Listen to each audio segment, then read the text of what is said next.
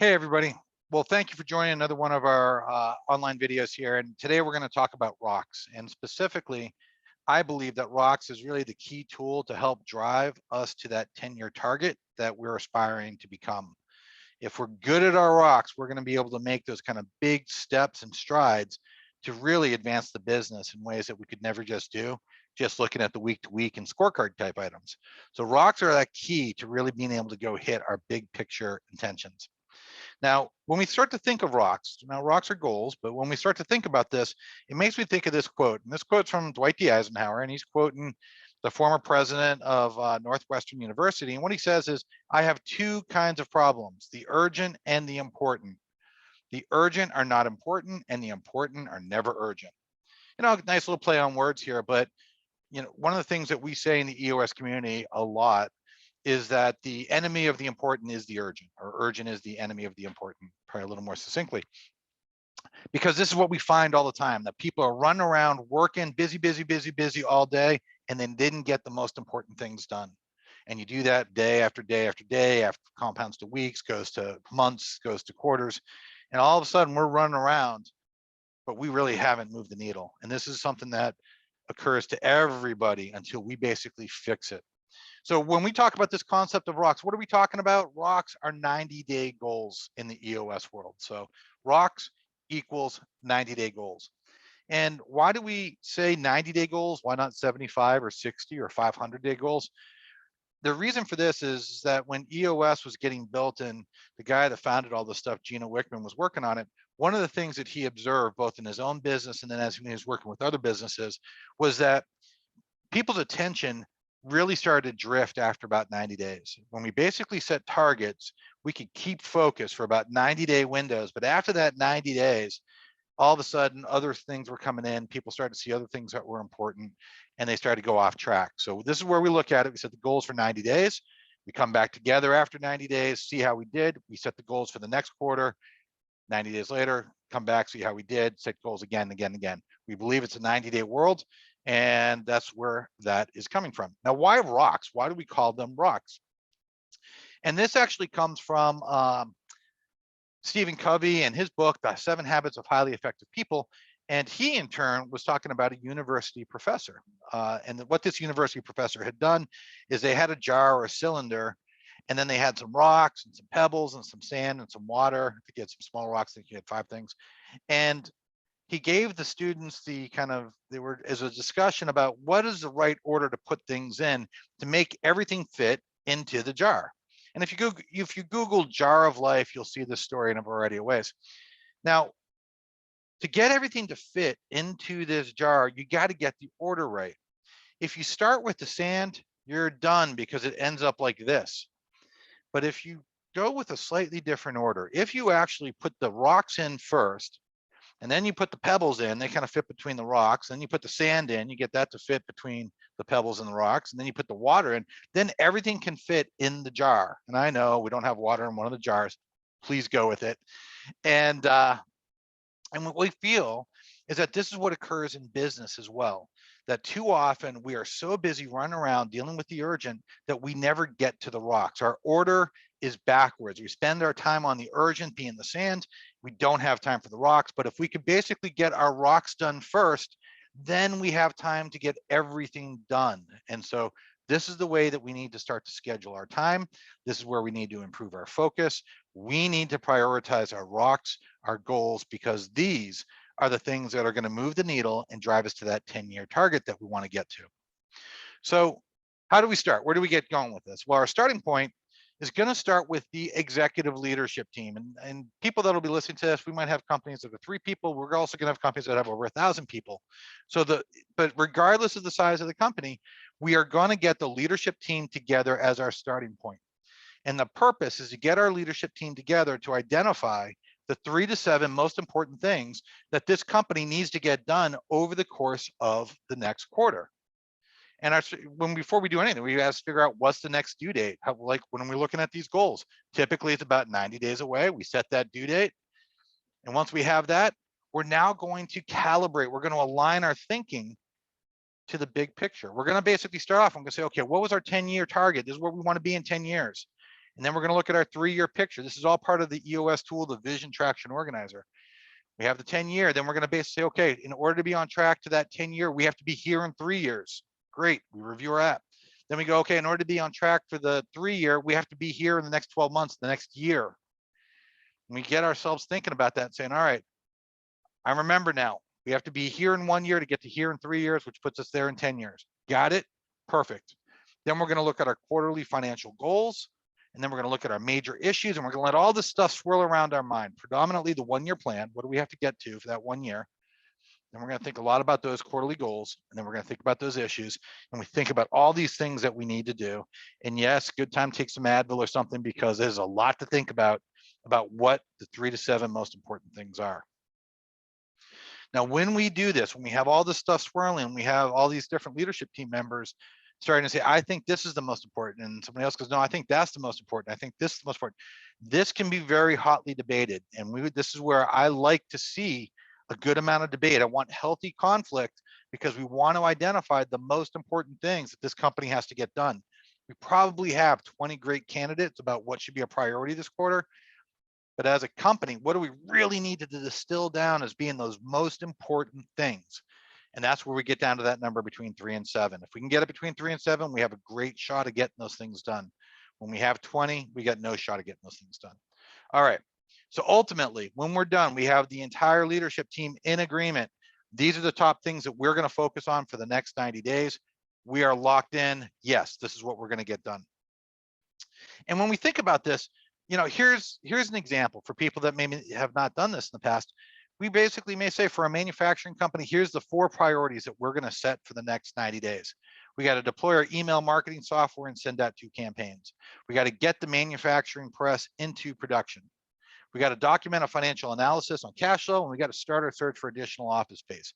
Ideally, after a lot of debate and discussion, we said these are the 4 most important things that this company has to get done the next 90 days.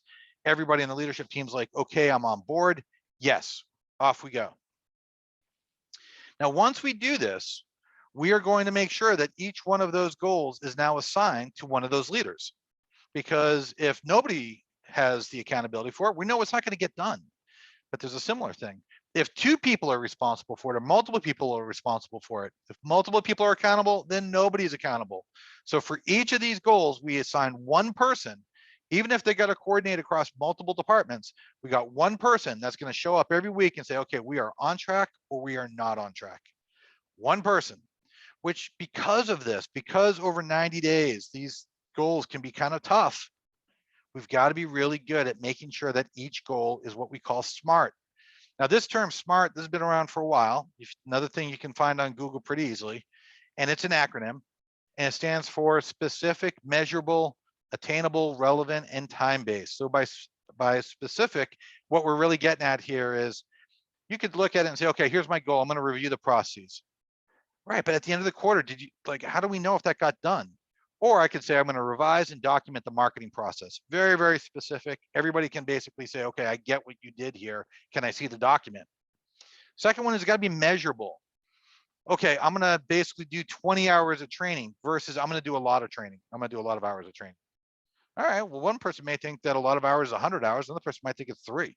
So we got to be really measurable. We want to basically have a metric that tells us whether we got this done or not. We want to look at whether it's attainable. Do we have the capacity to do this? Hey, I would love it if we basically built a whole new product line, shipped it, and got $12 trillion over it in the next 90 days. Great. Probably not attainable. So when we look at our goals, we want to make goals that we can get done in those next 90 days. And if it's complex, if it's going to be multiple quarters, then no problem. We just basically say, okay, this is where we're going to get to in the next 90 days. We just basically take a piece of it. We got to make sure if it's relevant. I think relevant is pretty self-evident. It's got to tie to that 1 year, 3 year, 10-year plan. It's got to tie to our financial goals, or it's got to tie to the issues that we have to deal with right now. We can't just go work on whatever things that don't matter. And it's got to be time-based. It's got to be done by the due date. So attainable and time-based are kind of the same. We've got, not the same, like one is we have the capacity to do it within the time period allotted. The last one there is just, can we get this done by the due date? So each of our goals we want to have is going to be SMART. And the reason being for it is because over the course of 90 days, things are going to meander. And at the end of 90 days, it's not uncommon that we don't remember exactly what we said or why we put it there. So this is why, if we can be really good at making very clear rocks, we're going to be in better shape. Now, once this is done, if you remember here, we basically showed sales was going to have that company rock and operations was going to have that one. Finance had their two company rocks. But now what's going to happen is each of the leaders of these departments are going to say, okay, in addition to the company rocks I'm taking on, my priorities this quarter is, if we take sales, we got to train two sales reps. I'm sorry, we got to train 2 new sales reps, and we got to secure $500,000 of pipeline.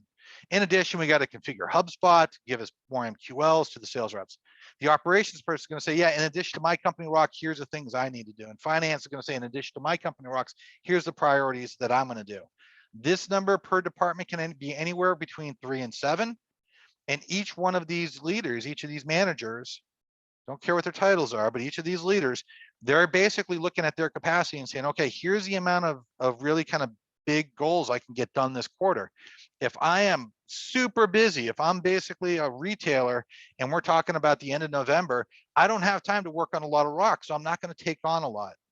But if I'm talking about a retailer, maybe in the middle of the summer when things are a lot slower, then I have a lot of capacity here. So I'm using this capacity, my understanding of it, to figure out how many of these rocks I can really take on. Really, really key for the capacity management of things.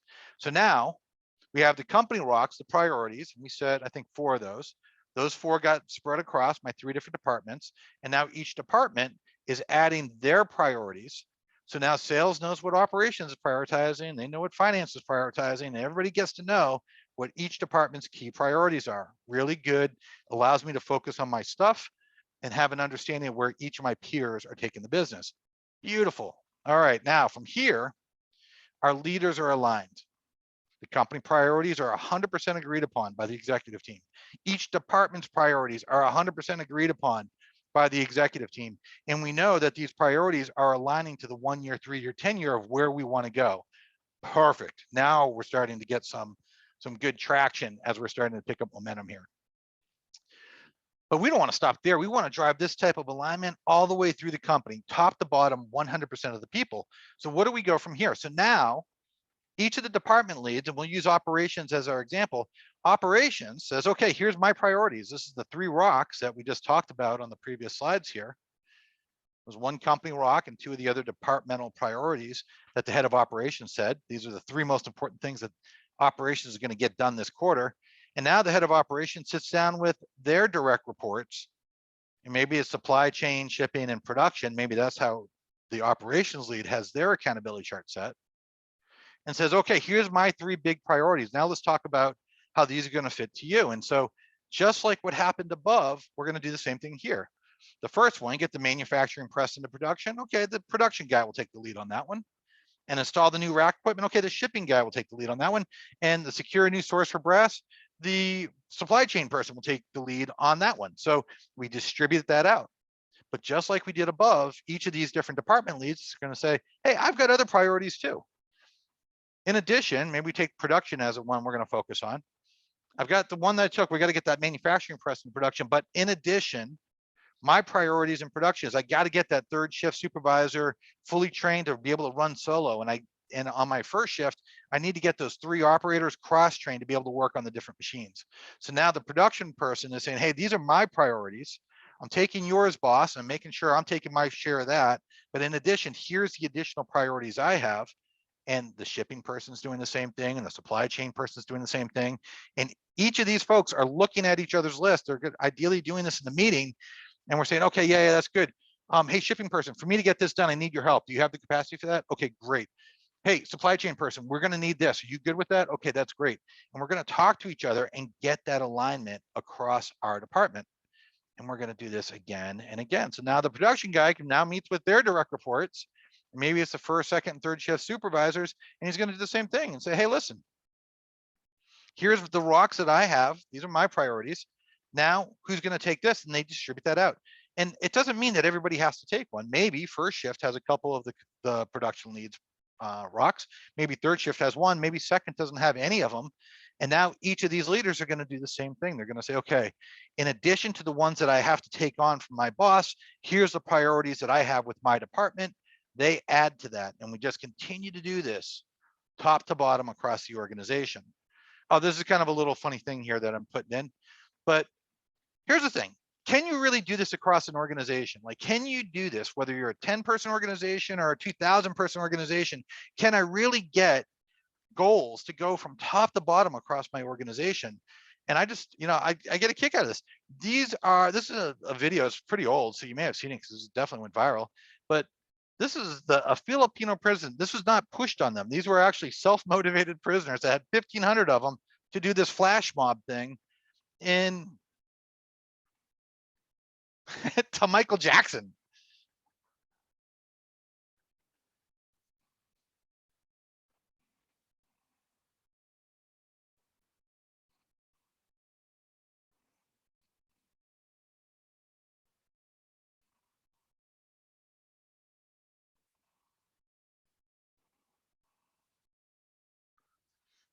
All right, as much as I could watch that, because I think it's completely entertaining, the point that I'm trying to get across is that if a prison and prisoners can get themselves synchronized with 1,500 people working in the yard, can we do this across our businesses? And the answer is, of course we can. The answer is, of course we can. We just got to get very deliberate in what we want to go build out. What we want to be able to do is we want every single employee in our organization to be connected to what those company goals are. So the leadership said that these are the company goals. Boom, this is trickling down. Here's what your part is to basically help make sure that we get to where we want to go as a business.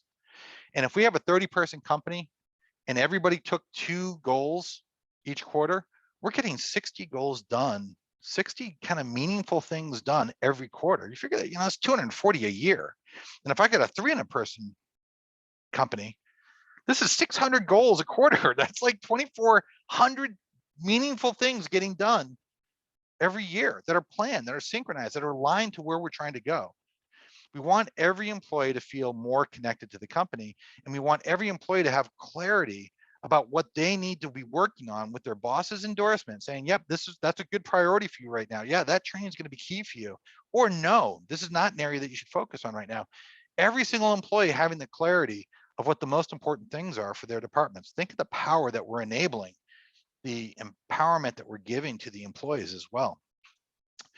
Now, there's a few practical considerations when we think about this. Once we set those rocks, say I've got a 1,200-person company and the cascade all the way down, and the leadership now starts saying, oh, you know what, we made a mistake, we're a month in, we're going to go change this. It would create disruption all the way across the company. We've got to be getting better and better at being predictable. We got to anticipate what's coming. We've got to be really good at identifying what those most important things are, and then we drive towards it. And if you look at any public company, this is what they do. Here's our top priorities for the quarter. Here's the financial goals that we want to go set. And then people go, okay, did you do it? Did you do it? Did you do it? All right, we're not public companies, but the thing is if those big companies are developing that type of predictability, can't we do it on the smaller level? And the answer is, of course we can, because I work with dozens of companies that are very effective at doing this right now. So one, we got to basically set our goals, and then we got to go do it. We can't remove them. Can't say, oh, I made a mistake, take that off. If we basically made a mistake, every week we got to basically say, up, off track, shoot, off track. And we can't add rocks mid-quarter. That is a kiss of death to our productivity. So if we're allowing emergencies to constantly be flowing in, we're back to the urgent being the enemy of the important. We're just basically chasing every single thing that's popping in. In those situations, push it off, stay focused on what the most important things are. Now, with that said, this gets easier with time. When Gino Wickman, the guy who founded all this stuff, wrote in Traction, he says it takes about 2 quarters. And I got to say, that's from my experience too. The first time we do it, it tends to be a little bit messy. We don't have them written particularly well. We didn't identify the most important things. But after about 2 quarters, we're starting to get good at this. And as we get good at this, we get more predictable. And as we get more predictable, our productivity jumps up because people can help and show initiative a lot easier. We also got a lot better at writing smarter rocks. One of the things that drives people crazy is we get into the quarter and then people are like, what's that mean again? What do you even mean by that? It drives people nuts. You will get better and better at writing those rocks. Just give yourself a little bit of a break. Another little thing that's kind of real world is a rock may be assigned to several people. So if I'm the boss of a department, maybe I have a rock, I got to be operational in the new space. We're going to be moving into some new space. We got to be operational in the next 90 days. So I can break it up and say, okay, hey, listen, you're going to be in charge of furnishings. You're going to be in charge of all the computers and the IT stuff, and you're going to be in charge of making sure the move goes. So we could take a big rock and break it up into pieces. No problem with that. In fact, that's very healthy. The next piece is we want to be clear with that ownership. So when we start breaking up some of these rocks, we want to be really clear who's doing what. So if I've got to install a new machine, I want to be clear, okay, production, you've got the lead. You got to make sure that the machine's going to get installed. So you've got the lead on that. Engineering, you got to make sure the fittings occur. You are a dependency. We got to make sure the fittings are right in order to be able to install it properly. But the way we're going to write these rocks is ultimately production. Your job is to make sure that no matter what, this machine's in production by the end of the quarter. Engineering, this is what your part of it's going to be. If production's not getting what they need, they're going to raise a flag. If you're not getting what you need, you raise a flag too.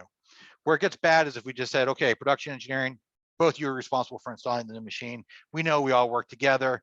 And the reason why it's a problem is because at the end of the quarter, when it doesn't get done, who's responsible? Like, I don't know, it's them. They didn't do this. Oh, we didn't. Nobody's really. We all tried our best. You'll hear that a lot. No, we all work so hard. I'm really proud of our effort. We need one throat to choke for each goal. I know it's kind of a not nice expression, but really at the end of the day, we need to have that single accountability, because if multiple people are accountable, then nobody's accountable. All right. Last kind of concept here, and this is that the rocks lean on the other EOS tools. So you can't just deploy rocks and goals and basically expect that work. There's actually systems out there that just are nothing but kind of goal setting systems. They don't work.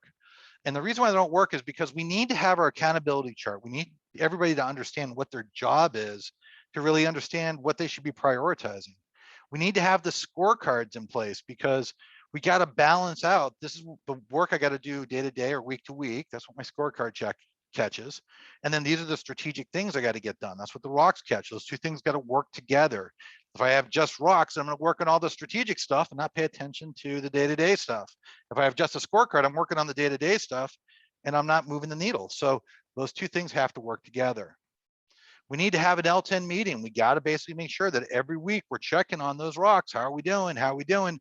And if they're going off track, we are jumping on it. And we need to have that VTO built because that's what assures the alignment that the rocks are driving to our 1, 3, and 10-year goals. So we got to bring all that stuff together. Now, this is kind of where we're wrapping up on this discussion. Outpace is an EOS implementation firm. And all the coaches here, there's 5 of us, we love helping companies succeed. So if you have questions, reach out to us. We will talk to you. It's not like a fee for thing. That, oh, you just billed 20 minutes of my time on the phone. So no, we love to help. So 1, sign up for the YouTube channel. We got a lot of videos. They're constantly coming out. They're helpful. 2, email me. And then we got other coaches here. You can come to our website. You can find the other coaches. We'll all be very happy to help you out in any way we can. And we have a resource center. So if you actually go to this, there's a place you can register, and we got a lot of tools in there that can actually help you with your EOS implementation. But we thank you for your time. I hope that this was helpful for you. And if you have any questions, please let us know. And if there's any way that we should be improving this, please let me know that too. Thank you, everybody.